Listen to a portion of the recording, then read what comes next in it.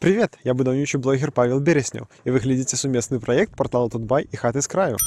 Сёння я вам падкажу крутую ідэю, як зрабіць так, каб дах вашага дома адрозніваўся ад усіх суседзяў. Для гэтага вам трэба ўзяць старую дахоўку, знятую з нейкай хаты ў вёсцы, канкрэтна гэтая плітка зроблена яшчэ пры панскай Польшы, і пакласці гэта ўсё на свой дах.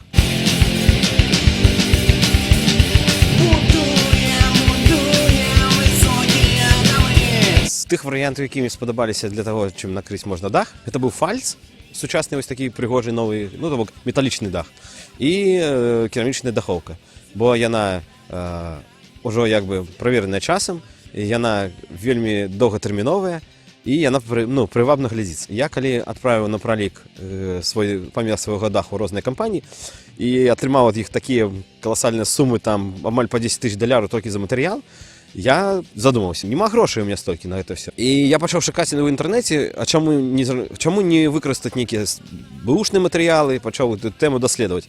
І аказалася, што ў нас, в прынцыпе, ёсць прапановы бэушных матэрыялаў, як я выбраў керамічную дахоўку, вось зараз хлопцы крыюць дах. Гэта былі прапановы проста людзей, якія там разабралі вясковую хату. Гэта быў нейкі прадпрымальнік з горадні, у якога гэтай дахоўкі быў поўны проста двор. І проста нейкі хлопцы знайшоў, якія кажуць: "О, у нас там ёсць дахоўка, нейкая валецца ў гародзе, забірай". Трэба збіраць па крупіцах, таму што калі разбіраюць старую хату, яна звычайна меншых памераў, чым мая. То бок, калі мой дах у сярэднім каля 200 квадратаў, то з адной хаты я магу зняць толькі там 70.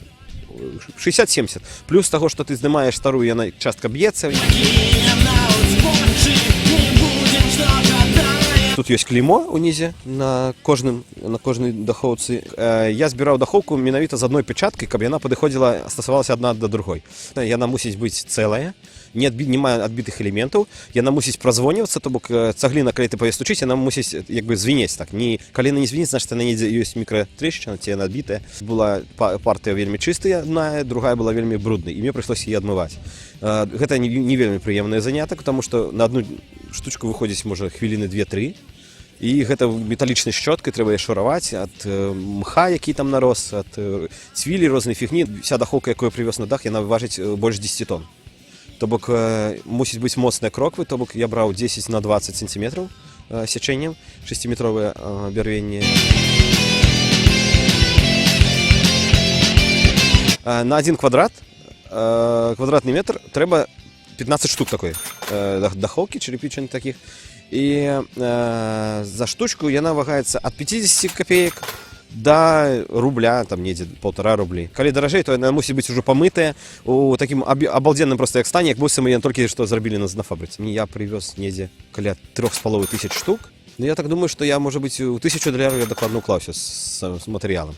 Ну і плюс страпілы і ўсё астатняе я не лічу, як бы на него ходзіць, а хлопцаў пакласці дахоўку мне абышлося 3000 плюс дадатковыя працы, якія там трэба было выраўняць франтоны, бо ў мяне рубленыя, трэба было там падрыхтаваць шмат момантаў, якіх там, ёсць свае нюансы, і гэта дадавала кошт. В сярэднім я думаю, што я увесь дах пакласці ад крокваў страпіл, і да таго, як пакладуць апошнюю дахоўку, у меня выйдзецца 6,5 долараў.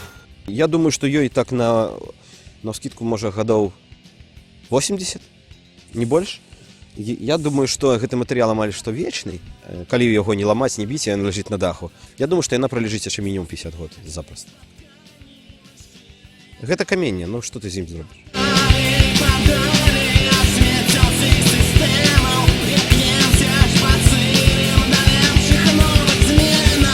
Напішыце ў каментарах пад гэтым відэо, як вам такая ідэя пакласці старую дахоўку на новы дом.